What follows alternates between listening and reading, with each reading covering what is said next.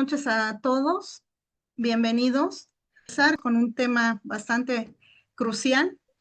Voy a cederle la palabra a la doctora Carla Ramírez Cruz, vocal de enseñanza y evaluación de nuestra asociación, para que nos haga el honor de presentar a nuestro gran ponente del día de hoy. Bienvenidos todos. Buenas noches. Muchas gracias por conectarse a nuestra sesión del día de hoy, que el tema es el dolor silencioso, violencia en la tercera edad y el desafío para la atención primaria, a cargo del doctor Horacio Aguirre García, quien es especialista en medicina familiar con certificación vigente. Tiene una maestría en educación por la UNIT, Universidad Interamericana para el Desarrollo, una maestría en gestión directiva de instituciones de salud, profesor titular de la especialidad de medicina familiar en el ISSSTE, IPN, es un profesor de pregrado de ciclos clínicos de la Facultad de Medicina UNAM y UAM, presidente de la Asociación Mexicana de Medicina General y Familiar, sinodal de examen de certificación en medicina familiar ante el Consejo Mexicano de Certificación en Medicina Familiar, fase teórica y web. También es sinodal de examen profesional de medicina UNAM. Tiene formación en diplomados diversos por parte del IMSS y de la UNAM, y se desempeña como médico familiar en IMSS e ISSSTE.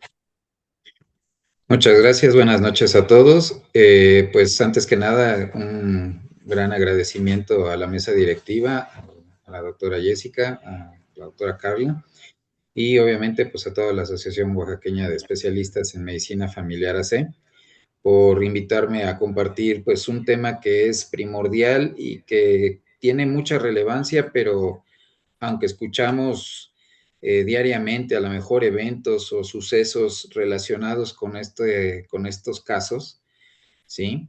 Pues realmente no se hace el abordaje como debe de ser y sigue pasando de largo, y también pues desafortunadamente los médicos podemos convertirnos a veces en cómplices, o pues ahora sí, como dicen, cerramos los ojos ante esta situación, principalmente pues en cuanto a lo que es la violencia en la tercera edad. Y efectivamente, como se menciona, esto es un desafío para cada uno de nosotros y pues para todos los que estemos en activos, ya sea a nivel institucional y pues también a nivel privado. No podemos dejar pasar de largo esta situación, no podemos hacer como que no lo vemos, y yo creo que es algo muy importante que tenemos que pues sensibilizarnos. Bueno, les describiría el objetivo de esta ponencia o por qué esta ponencia. Pues realmente se los pongo así. El objetivo general pues es sensibilizar al médico familiar sobre la detección temprana, ¿sí? Que esto es lo que nos caracteriza a los médicos familiares: detección, ¿sí? Prevención, cuestión oportuna, y sobre todo cuál va a ser el abordaje integral acerca o ante los eventos de maltrato que se dan en los casos del adulto mayor. Yo se los pongo aquí en 4 puntos, cuáles serían nuestros objetivos de esta ponencia, y espero que lo vayamos abordando y pues lo logremos como tal. Una va a ser reconocer cuáles son los factores de riesgo que tenemos asociados al maltrato en el adulto mayor. La otra, el poder identificar cuáles son las señales de alarma clínica, conductuales y hasta financieras. También la cuestión de poder hacer una aplicación de herramientas validadas de tamizaje en la consulta, y sobre todo conocer cuál es la ruta de actuación clínica en el aspecto legal y también social. Entrando en materia, ¿por qué tendríamos que hablar de este tema? ¿O por qué estamos abordando este tema? Un punto muy importante, pues se los pongo aquí. Nos menciona que el envejecimiento poblacional es un éxito de la salud pública. Es muy cierto. Hemos tenido grandes avances en el área médica, hemos crecido en las cuestiones de tipo tecnológico, medicamentos, vacunas, muchas cosas que han hecho, pues ahora sí que prolongar nuestra existencia sobre la faz de la Tierra. Pero pues también a lo mejor es algo que no se calculó, porque si acordamos, pues hasta a lo mejor todavía en los años 70, no estamos hablando de hace mucho tiempo, en el siglo XX, pues la esperanza de vida en este país no alcanzaba ni siquiera los 55 años. Entonces, ya se mencionaba, ¿no? Como dichos, ya una persona que pasaba de los 50 años, bueno, ya era un venerable anciano, así nos decían, ¿no? Pero realmente hoy estamos viendo en nuestra consulta diaria, pues pacientes que llegan tranquilamente a los 90, 100 años. Y ya sea que lleguen, pues ahora sí, en cuanto a compañía de sus familiares, o pues les tenemos que hacer una visita domiciliaria, etcétera, pero no calculamos a lo mejor cuál iba a ser el impacto, como en muchas cosas que hemos logrado de avances. La vejez no es un sinónimo de enfermedad y lo sabemos muy bien. ¿A qué le podemos llamar viejo si hablamos ahora de los aspectos geriátricos, gerontológicos y todo esto? Pues bueno, ahorita tenemos a lo mejor en cuanto a toda una cultura de orden social, pues hablar del adulto mayor prácticamente lo estamos enfocando de los 60 años en adelante. Entonces, si nosotros miramos a nuestra pirámide poblacional del país, etcétera, pues nos vamos a dar cuenta que la población de 60 años ya es una población muy significativa y cada vez va a crecer más por estos cambios y por este proceso de transición demográfica. El adulto mayor, dice, presenta una mayor vulnerabilidad social, económica y funcional. Y yo creo que ahí empezamos a entrar en materia en este aspecto. Estamos hablando ya de un término de vulnerabilidad que implica muchas cosas, ¿sí? La cuestión de que ya hoy día no estamos en una sociedad que respete a lo mejor como antes a las personas mayores. Estamos hablando de que pues ante los cambios, pues hasta de nuestros regímenes de jubilaciones y pensiones, etcétera, pues no tan fácilmente conservan en muchos empleos a personas pues ya mayores de 60 años, aunque estén completamente sanas. Los obligan en muchos de estos casos pues a retirarse, ¿sí? A pensionarse. Y ahora pues ya no hablemos de lo que viene en la cuestión económica cuando ya desapareció a lo mejor estos aspectos de seguridad social en índole monetario. Y lo funcional, pues obviamente, pues estamos viendo cada vez mayor cantidad de uso de recursos y también de patologías o enfermedades que van encaminados a trastornos de tipo ortopédico, a nivel de la rodilla, a nivel de la cadera, que yo creo que está por demás de hablarlo, pero tenemos que hacerlo muy consciente. La violencia contra las personas mayores va a constituir una violación de derechos humanos y creo que también estamos en un siglo donde se ha dado o se está tratando de dar la vuelta, afortunadamente, hacia observar estas características de los derechos humanos, pero aún así prevalece mucha ignorancia por parte de toda la población y sin querer, pues también a lo mejor hasta el área médica lo estamos violentando y los estamos violando. La OMS nos dice que un acto de violación de derechos humanos es un acto único o repetido, que puede ser la falta de una acción apropiada dentro de una relación de confianza, que puede causar daño o angustia a una persona mayor. Entonces, fíjense todo lo que tenemos aquí. Son daños hasta de orden moral, son daños de orden o lesiones de orden psicológico, emocional, y pues obviamente hasta de tipo biológico. Empezamos con los datos duros. 1 de cada 6 personas mayores sufre maltrato. Entonces, no es algo que no sea meritorio, sino yo creo que es algo que ya tenemos que empezar a razonar y empezar a profundizar y que nos toca prácticamente en nuestra consulta. Las personas mayores afectadas a nivel mundial se menciona, como les decía, 1 de cada 6 adultos mayores de 60 años sufre algún tipo de maltrato. A nivel institucional, ¿sí? Hablamos de que las tasas de maltrato son significativamente mayores en instituciones que en la comunidad. Y pues si hablamos de instituciones, pues yo creo que la mayoría, si estamos inmersos en un sistema de seguridad social, llámese seguro, llámese ISSSTE, o todas las que sean ahora como el IMSS Bienestar, pues también están dentro de estas estadísticas. Y la otra es que hay un subregistro, y lo menciono como tal, crítico. ¿Por qué? Porque los casos detectados, sí, representan, como siempre ponemos el ejemplo, la puntita de un iceberg. La mayoría no se denuncia. Y hay un gran problema en nuestro país y esto impera en muchos casos, pero simplemente hablando de violencia, a lo mejor, aunque seamos testigos, ¿sí? De, pues en las noticias o prácticamente, pues el medio de mayor penetración ahorita, pues es la televisión. Y vemos aparentemente tantos casos de violencia de cualquier índole, la mayoría no fructifica, no culmina con a lo mejor la sanción, el castigo, o realmente ni siquiera con el saber quién es el que produce el maltrato o que veamos que haya una solución o un cambio en la sociedad. Dejan de ir a las denuncias, no se siguen, como dicen, y hay muchas trabas en esto. Entonces, nuestra sociedad todavía persiste en una cultura de no denunciar, porque pues el que denuncia muchas veces se mete en más problemas. La situación en nuestro país, pues estamos hablando de cifras alarmantes y pues hablamos de más de 90,000 reportes en los últimos 5 años, una cantidad no despreciable, 90,000 reportes en los últimos 5 años de violencia. Y violencia en el orden de género o de cuestión familiar, que es la forma más frecuente. Está reportado que un 87% de los casos ocurre dentro de la casa, dentro de la familia o provocados por los mismos miembros de la familia.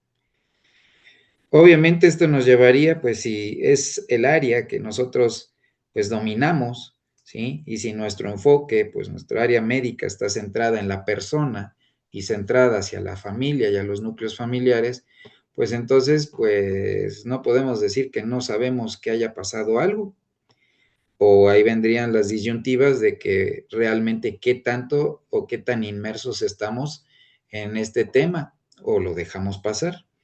Un 53% de estos casos, dice, la agresión fue ejercida por hijos o por hijas. Más preocupante todavía. Y que pues culturalmente se nos ha quedado de que pues al llegar uno a la etapa de un adulto mayor o cuando ya a lo mejor tenemos alguna situación de alguna disfunción, ¿sí? Pues quienes se hacen cargo pues son los hijos o las hijas. Y esto obviamente conlleva muchos problemas actualmente. 6,542 incidentes, uso la estadística, digo, no me lo tomen a mal de lo que hay en la Ciudad de México, es como un ejemplo. Simplemente fueron en este año, entre enero y junio, se reportaron 6,542 eventos. Y hay que destacar también, ¿sí?, que dentro de estos eventos o dentro de las connotaciones de del orden de la violencia que se ejerció en los pacientes mayores, pues están los temas de despojo patrimonial, fraudes y la misma extorsión. Y aquí les pongo un pequeño ejemplo, ¿sí? Espero que sea visible la imagen. Tenemos el iceberg que yo les decía. Entonces, tenemos un iceberg que es el iceberg del maltrato. Y este iceberg, qué nos presenta aquí? Nos habla de lesiones físicas, de caídas, de desnutrición, ¿sí? De solicitudes de ayuda. Es lo que aparentemente tenemos contacto o vemos, pero lo que no vemos o lo que a veces no queremos ver, pues hablamos de casos de violencia psicológica, de aislamiento, de control económico, eventos de negligencia y la cuestión del miedo y la dependencia emocional que tienen nuestros pacientes mayores por eso simple hecho de me van a dejar solo, me van a abandonar, o esos sentimientos muchas veces de una minusvalía que se presenta y entonces pues se vuelven dependientes de que les ayuden y les diría entre comillas porque realmente lejos de ejercer una ayuda pues ejerce una violencia de este tipo. La mayoría de los casos nunca se denuncia, la mayoría no se denuncia y entonces esto es grave. Y lo que vemos en la consulta es una pequeña fracción de la realidad. ¿Sí? Hablamos, les pondré yo nada más el ejemplo de esta puntita del síndrome de caídas que tenemos en las cuestiones gerontológicas, ¿no? Hablamos mucho del síndrome de caídas en el adulto mayor. Y suponemos, porque llegan acompañados del hijo, que, es que se cayó mi mamá, ¿no? Pero realmente ejercemos algún otro tipo de interrogatorio, nos quedamos con la cuestión de que sí se cayó porque perdió el equilibrio o porque tiene un problema de sarcopenia o porque ya no sale a caminar y utiliza la andadera, y puede estar atrás una cuestión de violencia, pero preferimos no pensarlo o a lo mejor no interrogarlo porque empieza también la cuestión del miedo de este lado. Si yo presupongo o algo no me cuadra con tanta caída, etcétera, y le quiero dar un enfoque no solamente de orden biológico, sino quiero adentrarme a lo mejor quizás en la cuestión de la familia o qué está pasando, pues a lo mejor en pensamientos sabemos que nos podemos meter en problemas o que podemos tocar una fibra muy sensible que quizás sea la verdad y no nos queremos meter en problemas. Entonces va a pasar de largo y nos quedamos con esa puntita nada más y no tenemos la visión de abajo. Entonces tenemos una mirada incompleta acerca del problema. Cuando hablamos de violencia, tenemos que tener muy claro qué tipos de violencia se pueden presentar. Y este tipo de violencia, pues puede ser variada y se puede presentar de todas, ¿eh? En una familia o para un paciente o para nuestros pacientes de la tercera edad. Hablamos o empezamos desde la más conocida quizás, que es la violencia física, ¿no? Y dentro de estas, pues golpes, empujones, sujeciones. ¿Cuántos casos ahora no se han ido documentando y hemos empezado a observar en cuanto a esta violencia física ejercida? Ya que las casas ahora pues cada vez tienen sin querer y no se dan cuenta cuando sucede esto, pues que se están grabando hasta dentro de una casa.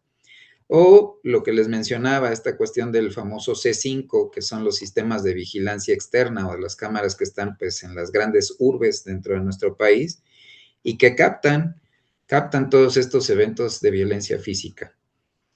La psicológica, el humillar, el amenazar, el infantilizar. ¿Qué nos dicen nuestros pacientes? Doctor, ya no sé qué hacer con mi papá, parece niño, no hace caso, lo tengo que regañar, le tengo que llamar la atención, etcétera. Y dentro de las casas ya es sabido, cuando ya tenemos la oportunidad ahorita un poquito adelante de tener contacto solamente con el paciente, pues las personas cuidadoras, ¿sí? Esta misma familia, ¿qué sucede? Pues denigran a la persona. Eres un viejo, eres un inútil, nada más estorbas, todo se te cae, no tienes fuerza, ya no te muevas, quédate en el sillón, no lo sé. Entonces, ahí es una de las características de la violencia psicológica. La económica, robo de pensiones. Simplemente con esta cuestión de que tenemos ahorita culturalmente, y lo comento con perdón, se me olvidó ahorita cómo se le llama el programa de ayuda a la tercera edad, pero que se les da económicamente una tarjeta por parte del Banco del Bienestar. Yo no sé si ustedes han observado, pero si ustedes están viendo afuera de las sucursales, pues realmente abundan las personas jóvenes, vamos a decirlo así, que van acompañando al abuelito, a la abuelita, a la mamá, etcétera. Y bajo esta situación también de muchas veces el no querer avanzar por parte de las personas de la tercera edad en cuanto al manejo de dispositivos o de un cajero automático que a lo mejor para nosotros es algo muy normal, pues entonces empiezan a manejar las cuentas, les cambian el código de seguridad para poder obtener el dinero, etcétera. Entonces se apropian de ese dinero las pensiones y prácticamente pierden su autonomía económica, ¿no? Despojos de vivienda, pues cuántos no se quedan, entra la familia, empieza a entrar otra familia, etcétera, le quitan empiezan por quitarle la habitación, el lugar donde puede estar hasta para ver su tele, etcétera, y de repente afuera de la casa. Y están despojados. Les quitan las escrituras, no sé, todo aquello que nosotros no conocemos o que no escuchamos, ¿no? Las cuestiones de abandono, de negligencia, bueno, ahí vienen los otros, los que ya no quieren saber nada de los papás porque pues interrumpen la vida y prácticamente no regresan para nunca jamás a la casa y solamente, pues si oye feo, están esperando que se muera. Y la otra también, la cuestión de orden sexual, ¿no? Cualquier contacto sin consentimiento. Miren, hoy día, y yo creo que no es algo nuevo, pero quizás nos damos cuenta también cada vez más de, pues, una población que también está sufriendo de trastornos en la conducta o en la manera de conducirse, si lo queremos llamar así, y pues realmente no respetan a nadie, ¿no? Quizás escucharon ahí por ahí alguna noticia, creo que fue hace como 1 año o 2 años, de una cuestión de un caso en Francia, si no me equivoco, donde estaba casada una señora con una persona más joven, y aunque era su propio, vamos a decir, su propio marido, eran ambos de la tercera edad, la persona la sedaba, ¿sí? Fue un caso así medio o muy grotesco. La sedaba y la sedaba para, pues obviamente aprovecharse de ella e incluso pues para prostituirla como tal y pues obviamente obtener dinero a expensas de su esposa, aunque estaba dentro de un vínculo legal, sucedió. Entonces, pues todos esos casos los podemos tener y eso pues porque fue una denuncia y la denuncia se atrevió a ser la misma afectada, ¿no? Entonces, yo creo que sí tenemos que abrir muchísimo todos nuestros sentidos. Tenemos que saber dentro de todo este tipo, ya vimos ahorita los tipos de violencias, ahora también cómo es el perfil del agresor y qué factores de riesgo puede haber para que esto se precipite o se presente. Y les mencionaba, dice, el 80% de los casos los agresores son los familiares directos o los cuidadores directos, hijos, esposo, cuidadores, ¿sí? Y en más de la mitad de los casos que se encuentran documentados, la agresión es ejercida, les mencionaba yo, por los hijos o las hijas. Y utilizando estos 5 tipos de violencia que acabamos de ver. ¿Cuáles pueden ser los factores de riesgo y que tenemos así o debemos de tener a la mano o en mente que puede sufrir el adulto mayor?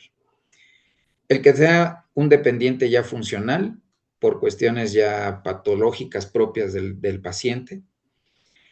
Los pacientes que cada vez también estamos teniendo cada vez más casos de demencia y de deterioro cognitivo. El caso de un aislamiento social, obviamente también los vecinos se dan cuenta de que nadie visita a la persona, nadie está al pendiente empiezan a lo mejor aparentemente a algún vecino, pues sí, de buena voluntad le ayuda, pero pues acuérdense que todos estamos al pendiente y todos observamos alrededor y la gente es muy hábil, la gente que tiene malicia o ganas de afectar a alguien es muy hábil y está al pendiente de cualquier descuido en estos casos. También tenemos la famosa sobrecarga del cuidador. A veces ya no sabe cómo reaccionar un cuidador, llámese hijo, hija o hasta cuidadores pagados, porque se vuelve completamente demandante y absorbe, y el cuidador no sabe cómo protegerse tampoco. Entonces, dentro de estas cuestiones donde el cuidador entre, pues vamos a decirlo, en un agotamiento, en un colapso, como lo conocemos, pues las reacciones no sabemos cuáles van a ser, pero desafortunadamente la mayoría tienden a ser en casos de violencia, ¿sí? O sea, la reacción es negativa. Y la otra, pues también el consumo de sustancias en el entorno familiar. Podemos tener pacientes, pues obviamente mayores, pero pues tenemos familias que son dependientes o que abusan de sustancias desde etílicas o de otro tipo, y que pues obviamente ante cualquier cuestión donde ya no puedan controlar ellos su estado emocional, etcétera, pues pueden terminar en agresiones, golpes y pues luego tenemos las grandes tragedias que se nos reportan. Ahora entramos nosotros. ¿Por qué somos claves? ¿Por qué somos la parte importante en todo esto que acabamos de ver? Pues si bien se dice que somos el primer contacto, pues sí, sí lo somos, ¿sí? Medicina familiar está prácticamente, pues así que somos los dueños del primer nivel de atención. También, obviamente, yo lo sé, hay médicos generales en otras instituciones, pero pues ahora sí que nosotros somos la puerta de entrada. Recordemos que nosotros somos la puerta de entrada a todos los procesos de salud y a todos los procesos que se tengan que reponer para lograr la salud de la persona. Entonces, si nosotros somos el primer eslabón de esta gran cadena y somos pues prácticamente el sostén del sector salud o de la salud de un país, pues nos van a llegar y nos llegan. Y nosotros somos los encargados por especialidad de ver a las familias. Entonces, no podemos cerrar los ojos, no podemos decir que no. Tenemos conocimiento del entorno, ¿sí? Tenemos toda una preparación en una visión del contexto familiar. Tenemos que ver al paciente también en no solamente, y esto lo sabemos de sobra, no solamente es el aspecto biológico, es el aspecto social, es el aspecto de salud mental, ¿sí? Acuérdense de ese concepto que tenemos, de ese triángulo equilátero. Entonces, de que lo conocemos y sabemos qué es lo que se tiene que hacer, no hay duda de esto. Y pues nuestra visión y nuestra formación pues va en un orden integral también. Entonces tenemos que darle este enfoque biopsicosocial y que es la verdad, ninguna otra especialidad posee. ¿Por qué? Porque no es que lo desconozcan, ¿sí? No es que no sepan o quizás no entiendan este concepto, pero simplemente de entrada no fueron preparados y a lo largo de todo su ejercicio profesional, pues realmente no lo han ejercido. Entonces, pues aquello que no se ejercita, pues como dicen, se va perdiendo. Entonces, los únicos que lo hacemos día a día somos nosotros. Entonces, somos la puerta principal para detectar un problema de maltrato. Pero aquí empezamos con las mismas cuestiones de las barreras para la detección. O sí lo detectamos, pero no lo vamos a poner. 3 grupos grandes: el miedo y la dependencia. Tenemos, en el caso del paciente, tenemos la cuestión del temor a las represalias y a la dependencia económica del agresor, que van a impedir que el paciente denuncie. No lo va a hacer porque ¿quién me va a cuidar? Me van a quitar mi dinero, me van a hacer esto, mejor me callo. El deterioro cognitivo que les mencionaba, la normalización del abuso. El paciente tiende a aprobar erróneamente. O sea, pues sí, de repente mi hija me grita, mi yerno pues me da un empujón, pero yo fui el que tuvo la culpa, no me fijé, yo rompí esto, yo rompí aquello. Entonces, el mismo paciente se va encerrando en ese problema y pues él lo considera como normal. Y el silencio familiar, pues es la falta de la denuncia tanto como parte del paciente como desde la misma familia. Y aquí también es el miedo, pues, a no meterse, a no querer meterse en más problemas, porque ¿quién no ha tenido a lo mejor alguna cuestión, pues, de decir, es que mire, tiene 4 hijos, les pongo este ejemplo, y el paciente cada mes va con un hijo o una hija diferente. Y ninguno se comunica que le dejamos en la ocasión pasada al otro hijo, están peleados entre ellos, o está el hijo que dice, mire, yo le dije a mamá que se venga porque él la descuida, pero pues, entonces, es muy difícil, sí dicen, es muy difícil cuidarlo, ¿sí? Sí, a lo mejor sí puede ser difícil, pero no va a justificar el que lo estén violentando o que estén ejerciendo una violencia directa sobre el paciente. Y ahí nosotros tenemos que ser muy hábiles, pues hay que canalizarlo, hay que empezar a movernos y eso es lo que vamos a ver un poquito adelante. La que sigue, por favor.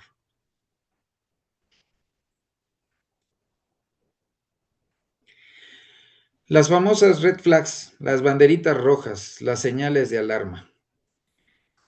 Ojo, cuando tengamos un paciente en consulta, lo que les decía, en el orden de la cuestión de exploración o lo que es la violencia física, las equimosis inexplicables, los famosos moretones. De repente nos llegan con los brazos y dice uno, bueno, es que se cayó, es que se rozó con la pared, es que se rasca y hasta luego les dicen, ¿verdad mamá? ¿Verdad papá? ¿Verdad abuelito que se cayó? Sí. Es que ya sé que se cae muy seguido. Ojo. Las úlceras por presión, pues si nuestro paciente tiene un problema de movilidad y siempre nos lo llevan a lo mejor en una silla de ruedas y de repente pues ya nos llegó y nos dicen, oiga, tenemos duda de que parece ser que se le está haciendo como un hoyito en la piel, ¿no? Pues, ¿cuál hoyito, señores? Tenemos una úlcera por más de 10 centímetros de diámetro y apenas se están dando cuenta del hoyito, pues prácticamente los pacientes los tienen arrinconados, vamos a decir en ese término, los tienen ahí en un sillón, no los dejan moverse, aguas. Deshidratación, ¿cuántos nos llegan deshidratados o mal hidratados? Es que no quiere tomar agua, es que ya le dijimos, es que no, es muy necio. ahí hay descuido. Y pues obviamente el mal estado de higiene. No se quiere bañar, doctor, por más que lo queremos meter a bañar, no se quiere bañar y de repente el paciente dice, no, yo sí me quiero bañar y empiezan la discusión, aguas. Conductas, alteraciones de tipo conductual. Podemos denotar obviamente el temor o la ansiedad ante alguna pregunta que le hagamos al paciente y una de las características que podemos darnos cuenta es que inmediatamente voltean a ver al cuidador o al hijo como si sí contesto o no contesto o a ver como si aprueba o no aprueba que yo hable. Ya desde ahí hay alguna alteración, probablemente ya se está ejerciendo violencia o ya está ejercida la violencia.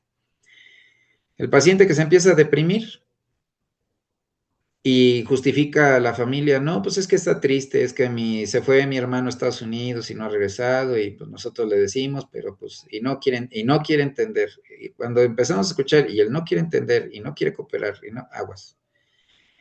También evita hablar frente al cuidador, pues esto es un lenguaje verbal, es un lenguaje físico que tenemos que cuidar.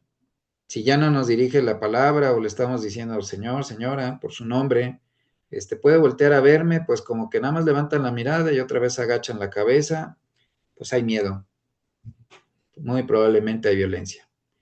Y la de orden financiero, falta de medicamentos, dice, por carencia económica.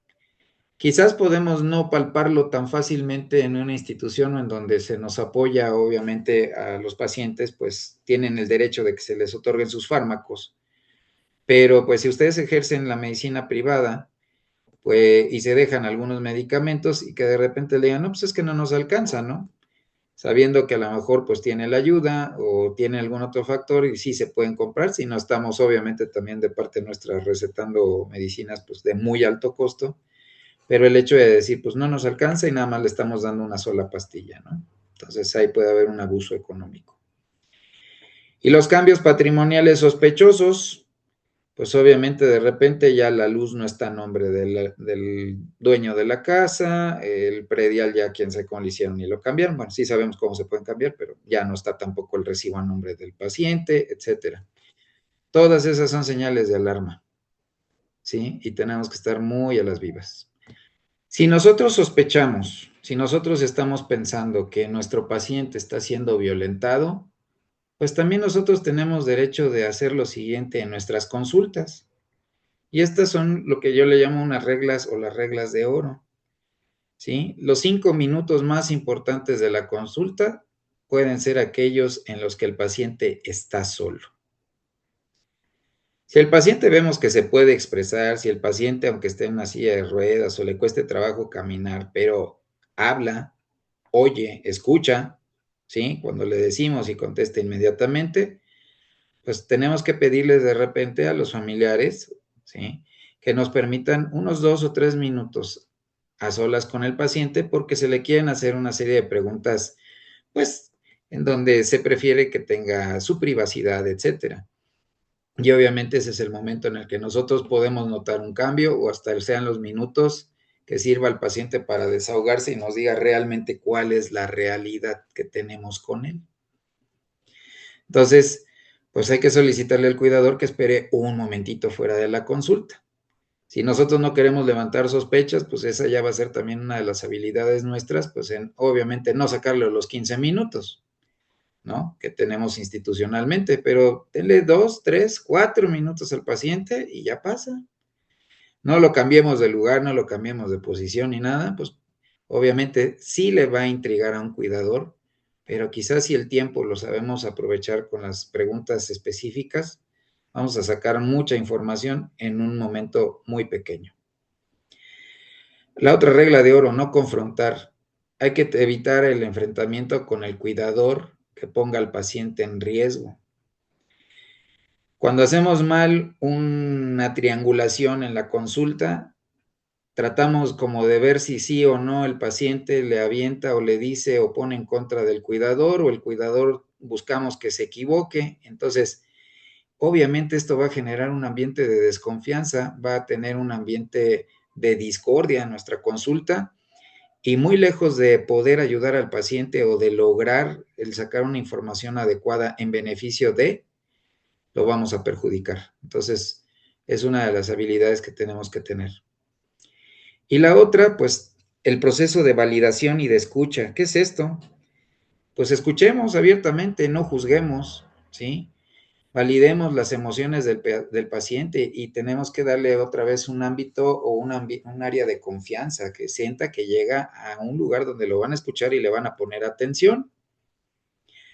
¿Por qué? Porque si nos desesperamos porque el paciente no es muy claro a lo mejor al hablar o porque a lo mejor, pues, por la misma cuestión del aislamiento ha perdido la capacidad de comunicación, aunque no lo creamos, nos desesperamos y entonces cortamos la intención del paciente de establecer un contacto con nosotros y todas las preguntas se dirigen hacia el cuidador, incluso llegando a ignorar al paciente. Pues yo creo que ahí rompimos la relación médico-paciente y toda la confianza que pudiéramos tener y un momento muy adecuado si ese paciente pues está siendo víctima de violencia, pues nosotros mismos vamos a cerrar todo. Entonces, les dejo aquí este pequeño ejemplo, ¿sí? 6 preguntas sencillas, 6 preguntas fáciles que nos pueden dar mucha información. Es un tamizaje. Entonces, esto nos va a permitir el poder darle una apertura a una conversación y detectar si el paciente está con factores o con una situación de riesgo directa, ¿sí? Y preguntas sencillas que no se sienta él comprometido tampoco. ¿Cómo se siente en casa últimamente? Yo les diría y les pongo este ejercicio, hagámoslo rápidamente, mentalmente, cada uno en su casa. ¿Cómo se siente en casa últimamente? ¿Hay ocasiones en las que se queda solo mucho tiempo? ¿Alguien le grita o lo humilla? ¿Tiene control sobre su dinero? ¿Alguien lo ha lastimado físicamente? ¿Le da miedo a alguna persona con la que vive? He de decirles que con una sola respuesta positiva de estas preguntas, nuestro paciente está en riesgo. Nuestro paciente está teniendo un problema de violencia. Si ustedes imaginaron alguna pregunta o si la sintieron o la pudieron experimentar, pues imagínense lo que siente un paciente con una dependencia ya o que ya no es dueño tampoco ni siquiera de lo que hace dentro de su casa. No me llevó más de 30 segundos hacerle las 6 preguntas y la respuesta es muy sencilla, sí, no. Existe también un cuestionario, son 6 pequeñas preguntas. Las 5 primeras preguntas se le realizan y están enfocadas hacia el paciente y la 6ª pregunta es para el médico. Este cuestionario es un cuestionario validado y precisamente es para detectar si hay algún evento de violencia. Entonces, la pregunta número 1 dice, ¿ha dependido de alguien para bañarse, vestirse, hacer compras o tomar medicamentos? Respuesta, sí o no. ¿Alguien le ha impedido obtener comida, ropa, medicamentos o atención médica? ¿Alguien le ha hablado de forma que lo hiciera sentir avergonzado o amenazado? ¿Alguien lo ha obligado a firmar documentos o usar su dinero contra su voluntad? ¿Alguien lo ha asustado, lo ha tocado sin consentimiento o lo ha lastimado físicamente? Y para nosotros como médicos, ¿observamos signos de maltrato, desnutrición, higiene deficiente o lesiones inexplicables? Entonces, una sola respuesta afirmativa activa obviamente una sospecha clínica y nos debe llevar a un protocolo de investigación.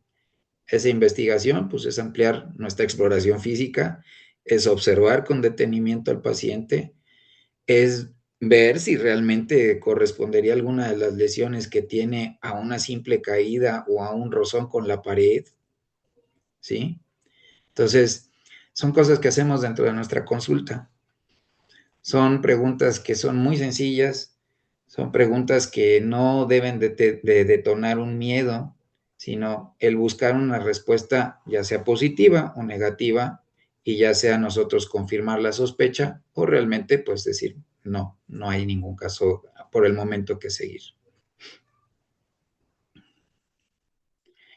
Bueno, pues ante todo esto, ¿qué ha sucedido en toda esta consulta que hemos tenido el día de hoy?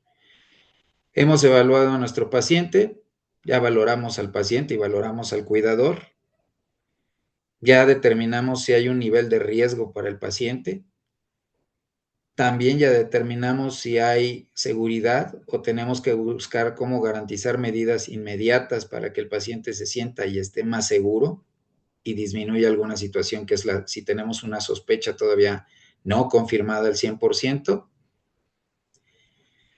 Todo lo que hemos preguntado, todo lo que hemos visto, se tiene que poner en la nota clínica, tiene que estar documentado en el expediente clínico. Y ahorita les vamos a decir por qué. Y si sí encontramos algo, pues lo tenemos que notificar e informar a las instancias pertinentes. Aquí yo les pongo, cada paso es obligatorio y es irreversible. Si omitimos alguno de estos, vamos a comprometer la seguridad del paciente y la validez en algún momento de un caso médico legal, porque se va a pedir obviamente si hay un proceso de investigación, y si nosotros nunca detectamos o nunca vimos a nuestro paciente, o actuamos de una manera muy rápida y muy conveniente en nuestras consultas, ignorándolo, no poniéndolo en la nota, cuando a lo mejor ya tenemos sospechas, y pues simplemente, como dicen, viene por sus medicamentos y, bueno, pues nada más le doy la receta, me da gusto verlo y que esté muy bien y adiós. Si hablamos de documentación o una cuestión médico-legal, pues obviamente tenemos que describir las lesiones objetivamente, con dimensiones y localización anatómica. Acuérdense que el médico es descriptivo, todas nuestras notas son descriptivas, pues presenta lesiones, no sé, en miembro superior derecho, a nivel del hombro, presenta una equimosis, presenta un hematoma, con tales dimensiones, tanto de diámetro irregular, están confluentes las lesiones, todo lo que ustedes ya saben, pero lo tenemos que anotar. Se nos habla de usar citas textuales del paciente en el expediente, ¿sí? Es válido. El paciente refiere que se ha caído, no se ha caído, presenta temor ante la hija número tal o de nombre tal por la situación X, o sea, alguien diría, no pueden poner, y hasta dicen de repente los jefes de departamento clínico, no pueden poner ese tipo de notas, no pueden hacer notas de ese tipo, concrétense nada más a lo clínico. No, pues es a lo que va el paciente y lo que está diciéndole en la consulta médica. ¿Sí? Obtener fotografías con consentimiento informado es válido, ¿sí? Es válido. Puede crear muchos problemas y muchas controversias, yo lo sé. Ahorita se estarán preguntando, pues, ¿cómo va a estar fotografiado? Pues sí, ténganlo como documentado. Tienen esos 3, 4 minutos, como les decía, solas con el paciente, pues documentenlo. Si lo vamos a denunciar, documentenlo. Porque nosotros mismos nos convertimos, pues, en el salvador del paciente, o a veces les voy a decir en este término, en el mismo enterrador del paciente. Y tenemos que cumplir con nuestra famosa NOM 04, que es la norma oficial mexicana del expediente clínico. Si ya se nos olvidó por ahí, pues hay que darle una leidita. Y la norma oficial número 46, ¿sí? Que habla exactamente de los casos de violencia familiar. Todo está normado, todo existe. Y acuérdense que el expediente clínico bien documentado, pues es la base de cualquier proceso legal posterior.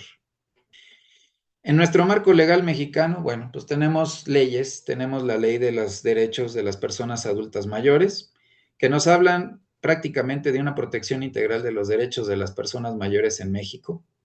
La NOM 46 que les mencionaba, que es de violencia familiar, sexual y contra las mujeres, y también incluye criterios para la prevención y atención. Tenemos que conocerla. Existe un Código Penal Federal donde se tipifican, los delitos contra las personas adultas mayores. Existe una tipificación. Y también, obviamente, tenemos, y lo sabemos, el derecho constitucional al cuidado, que es la garantía fundamental de protección y de una atención digna, que es el artículo 4 de la Constitución, y que de ahí emanan todas las demás leyes de salud. El reporte de un caso de violencia, se los pongo, no es opcional.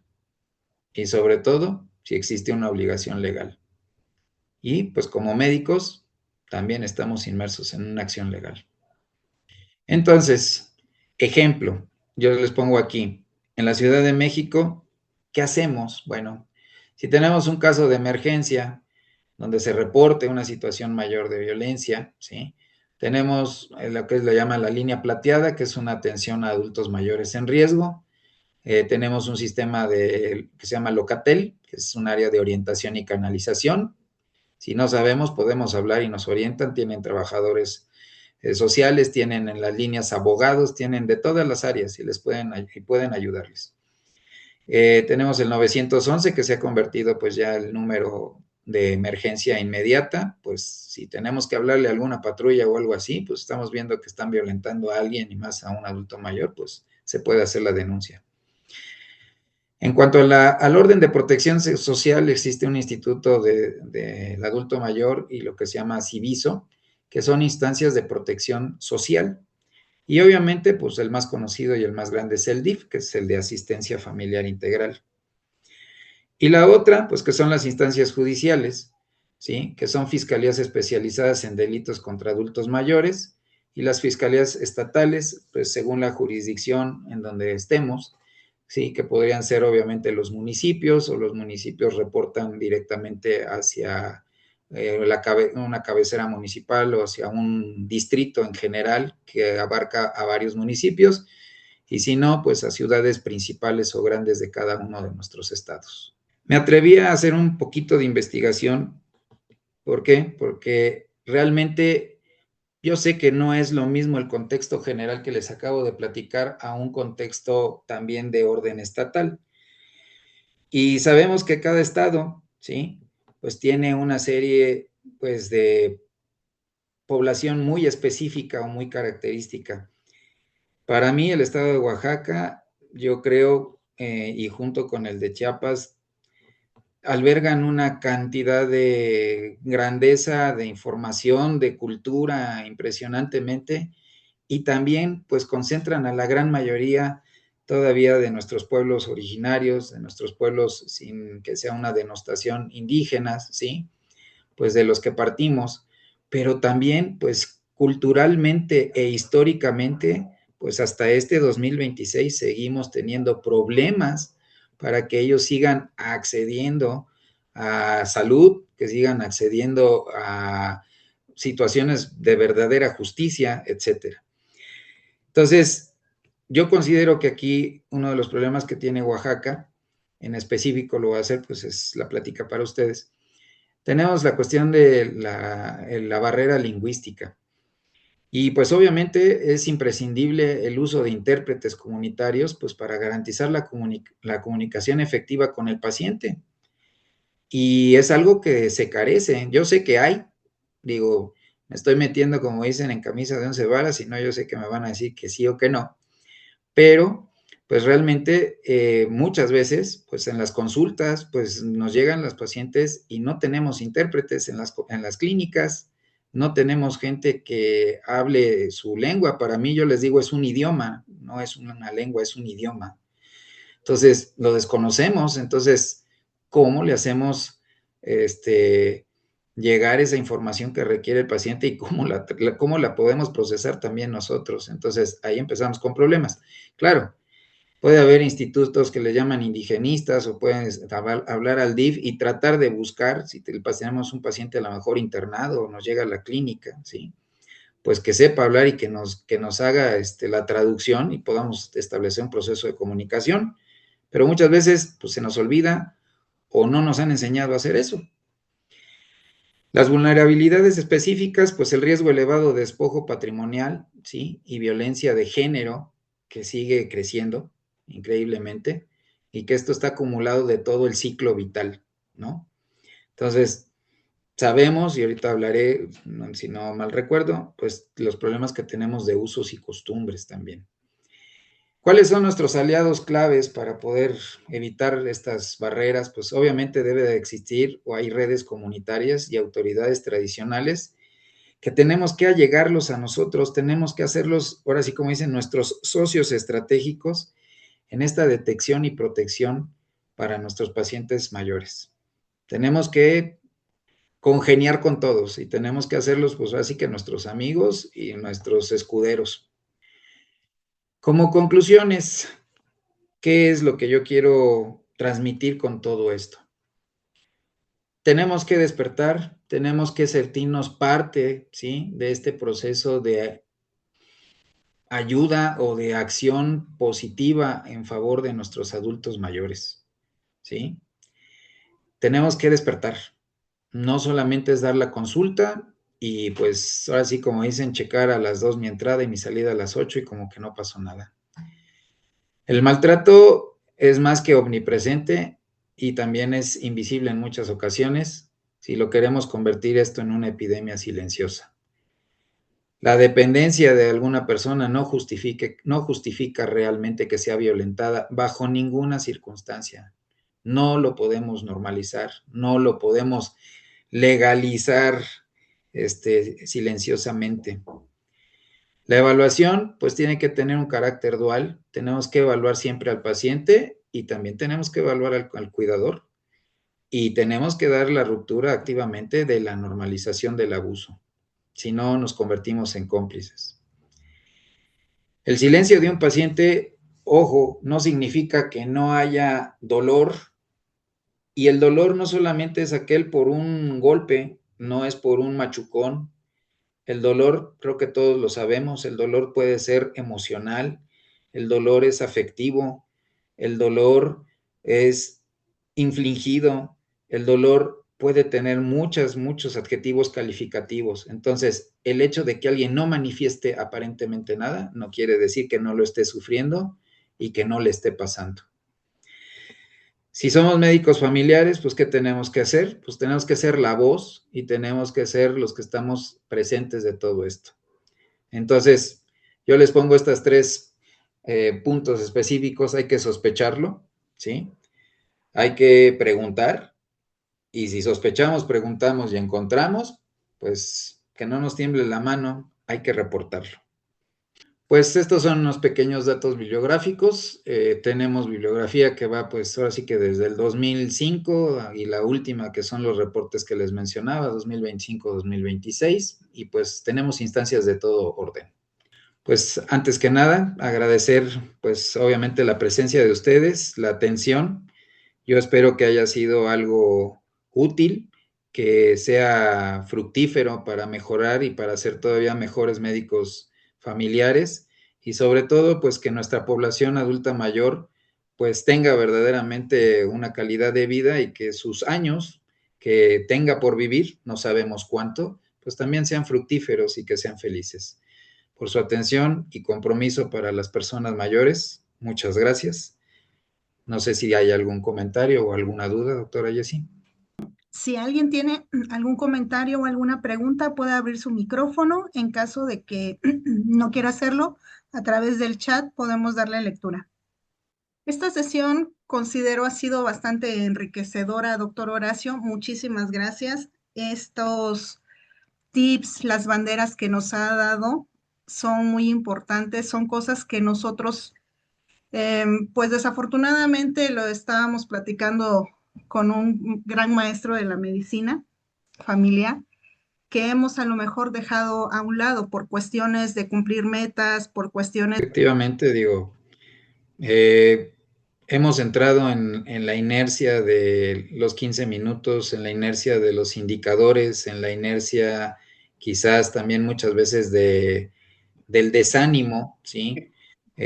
Vamos a decir, ante las cuestiones pues de orden laboral o institucional, pero pues verdaderamente yo creo que no hay más o no hay médico con más certeza que pueda llevar esta cuestión preventiva, obviamente, pero pues si lo encontramos, pues también, ¿no? Les digo, no hacer ojos chiquitos, no vi, no escuché, porque realmente pues me quedé yo ahorita con todo esto, les digo, o lo salvamos o somos partícipes de enterrarlo, ¿no? Y había un dicho por ahí que tanto peca el que mata a la vaca como el que le agarra la pata.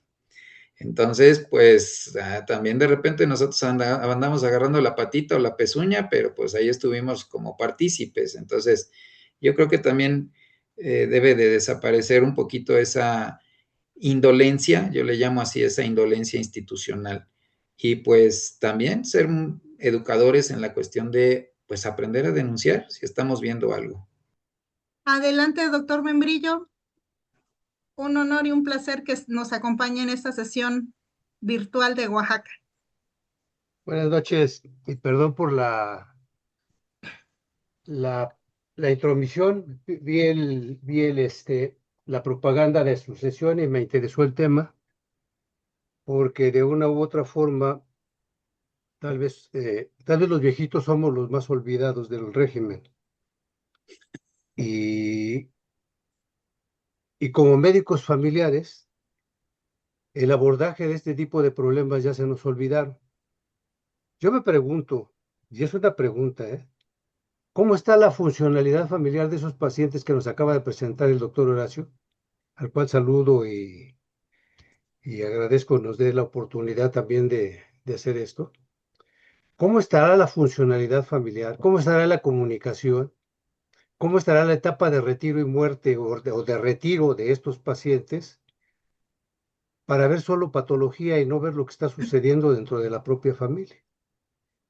O sea, es una tristeza que hemos dejado pasar durante mucho tiempo. Esta parte de lo que es el estudio de familia, por ejemplo, del paciente de la tercera edad. Analizar el ciclo de vida familiar del paciente de la tercera edad me va a dar todos los datos que ustedes quieran, los que ustedes gusten y manden. Pero ya se nos olvidó, ya nadie lo practica. Yo pregunto cómo están las funciones de la familia en este tipo de pacientes en la etapa del ciclo de vida familiar del paciente de 60 años, de 50 a 60 años. ¿Cómo está la comunicación? ¿Cómo están los roles? ¿Y por qué llegamos al síndrome del cuidador quemado? ¿Cuál es el impacto que tiene la enfermedad en la familia cuando se presenta el problema crónico? ¿Y cómo se desata el estrés familiar? ¿Cómo se desata, eh, cómo el estrés familiar nos lleva a una crisis familiar y esta crisis familiar, cómo termina no resolviéndose y encontrándonos en problemas y problemas serios? Ahí no está el problema. Me parece muy bien lo que nos presentó el doctor Horacio. Se me hace práctico hacerlo en la consulta. Pero pues hacerle un familiograma en 7 minutos en la consulta me da todos esos resultados y más. El problema es que no lo hacemos. El problema es que ya estamos viendo nueva simbología ahora para pacientes migrantes, pero no le hacemos un familiograma a los pacientes que llegan a nuestra consulta. El problema es que ayer acudí yo a mi consulta mensual. Algunos sabrán que soy, ya por fin, después del vaticinio que me hicieron hace muchos años, ya por fin soy diabético, pero por un problema quirúrgico de páncreas. Y la primera agresión que sufrí fue por parte de una asistente médica que te ignora por completo. Y mi médico familiar, pues la agresión más grande que tuve ayer, que no fue mi médico familiar, fue precisamente el ni siquiera revisarme. Entonces, si yo llevo alguna de las banderas rojas que me dice el doctor Horacio, algún moretón que a lo mejor me hizo mi esposa o el perrito me hizo un moretón, pues, no lo ven porque ya no revisan. Luego me dieron una receta equivocada y en la entrada de la clínica había un letrero que dice trato digno al paciente, llame a este teléfono o busque el personal. Me dan una receta equivocada y al final de la receta no me quieren dar el medicamento y me hacen subir 3 veces a la jefatura de departamento clínico. Ese maltrato no se ve. Ese maltrato es el que sucede por una pequeña equivocación del médico, porque transcribimos recetas, porque hacemos cosas que no debemos. Pero nadie me preguntó por mi familia, nadie me preguntó si iba solo, si Nadie. Entonces, la familia en este tipo de casos ha quedado a un lado y la vemos también como victimaria y no también como víctima de la propia familia. Y es un evento que tenemos que estudiar más a fondo. Miren, ojalá y lo pudiéramos abordar de otra forma y de otra manera, y se darían cuenta cuántos problemas hay en las familias de los pacientes de la tercera edad. Esos porcentajes que estamos viendo están fenomenales, pero nos están hablando de la punta del iceberg. Todos los problemas sociales y socioculturales que las familias tienen son brutalmente grandes. Entonces, yo los invito a que podamos hacer un abordaje menos biologicista y más social y cultural a estos pacientes, porque lo biologicista ya lo traemos en el chip, ya estamos integrados, somos médicos, y como médicos es obligación mía hacer una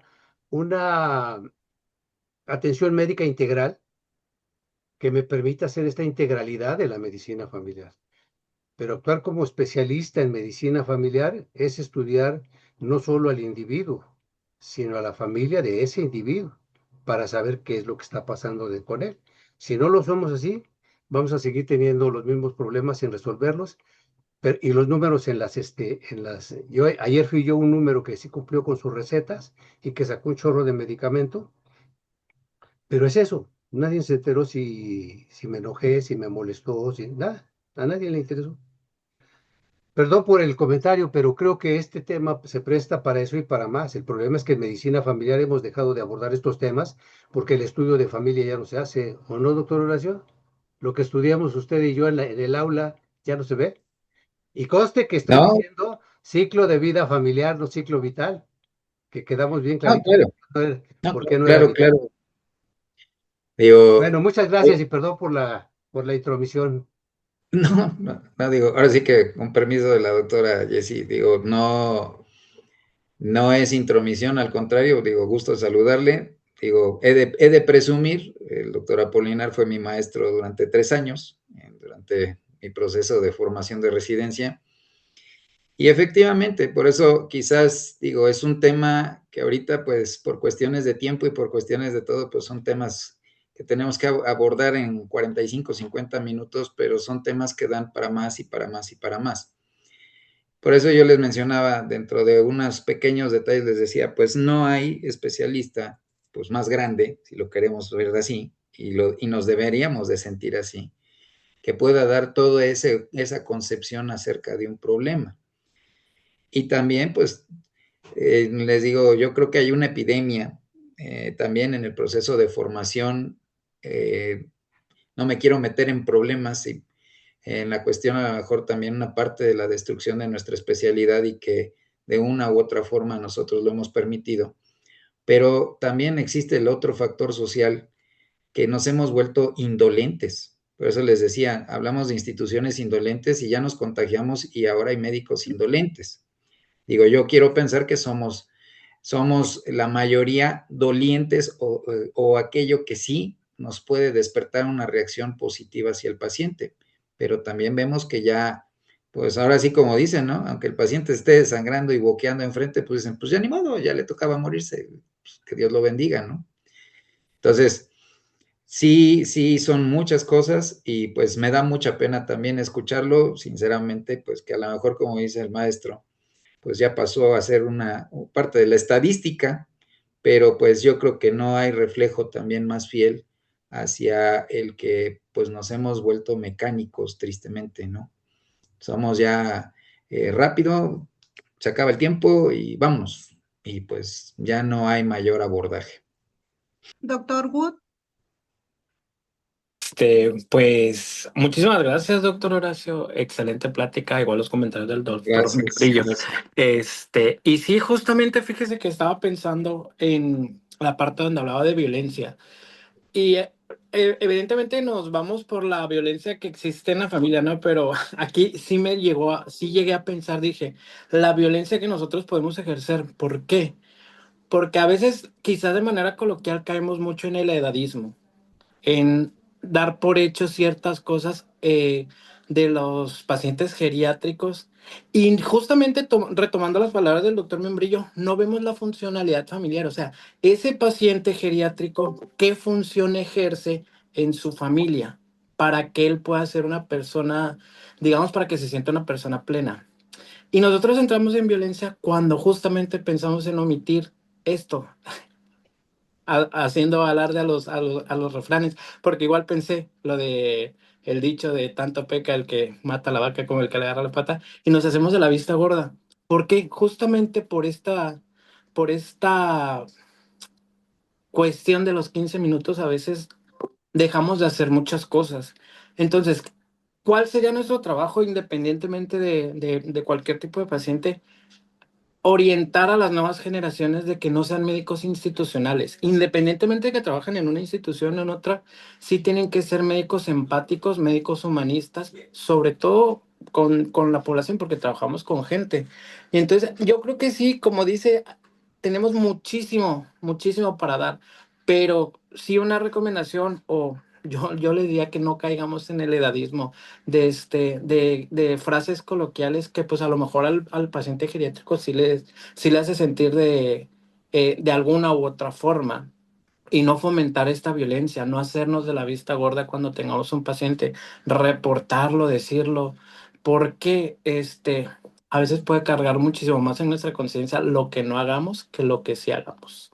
Entonces, muchísimas gracias, doctor Horacio. Para mí No, los temas al geriátricos son, contrario, pues. uff, muchísimo para hablar. No, muchas gracias, gracias. Gracias. Bueno, muchas gracias, doctor Wood. Él es nuestro coordinador regional del sureste de la Federación Mexicana. Entonces, muchas gracias. Voy a dar lectura a unos comentarios, doctor Horacio, aquí en el chat. Sí, sí, adelante, Eh, adelante. la, la doctora Yasmín, excelente plática y con muchas preguntas claves para aplicar en la consulta con los pacientes. La doctora Claudia Diana, nos comenta, muy acertada la ponencia. El envejecimiento de la población nos obliga a fortalecer una cultura de respeto, dignidad y protección hacia quienes han dedicado su vida a sus familias y a la sociedad. Identificar oportunamente los signos de maltrato, promover redes de apoyo y denunciar cualquier forma de abuso son acciones esenciales para garantizar una vejez segura y con calidad de vida. Debemos contribuir a un cambio favorecedor para los adultos mayores. Felicitaciones. Gracias, gracias. Felicitaciones, excelente ponencia. Le mandan saludos desde Michoacán, la doctora Teresa Díaz. Muchas gracias. La doctora Erika, muy importante el tema en la actualización como médicos familiares. No solo debemos tratar sus enfermedades crónicas del adulto mayor, debemos ir más allá en el apoyo del adulto mayor. Buenas noches. Y nuevamente el comentario, la violencia familiar destruye la estabilidad emocional, debilita la esperanza espiritual y agrava las enfermedades del adulto mayor. En definitivo, si no se crean redes de apoyo oportunas, el desenlace familiar no es favorable y lo estamos viviendo. Y continuamos con las felicitaciones. Muchas gracias. Pues doctor Horacio, no queda más que agradecerle esta participación. Es un honor haberlo Muchas gracias. escuchado. El doctor Horacio es un excelente médico familiar, ha sido ponente en diferentes congresos, muy completo, muy Muchas gracias. enriquecedor. Felicitaciones, doctor. Y esta constancia que ahorita la presentamos de manera virtual, se la haremos llegar en cuanto ya tengamos nuestros sellos de aval de la Federación. La Asociación Gracias. Oaxaqueña de Especialistas en Medicina Familiar, otorgamos la presente constancia al doctor Horacio Aguirre García por su participación como ponente con el tema El dolor silencioso, violencia en la tercera edad y el desafío de la atención primaria, expedido en Oaxaca de Juárez, Oaxaca, a 23 de julio de 2026. Muchísimas gracias. Doctor Membrillo, un honor. Gracias por la participación. Cada vez que pueda encontrar su publicidad, créame que ahí vamos a estar. Vamos a seguir escuchando. Además, así aprendemos nosotros también. Gracias por el momento que me dieron para participar. Muchas gracias. Muchísimas gracias. Buenas noches a todos. Muchas gracias. Nos vemos en la próxima sesión. Muchas gracias y muy honrado de estar con ustedes. Que tengan excelente noche y buen descanso.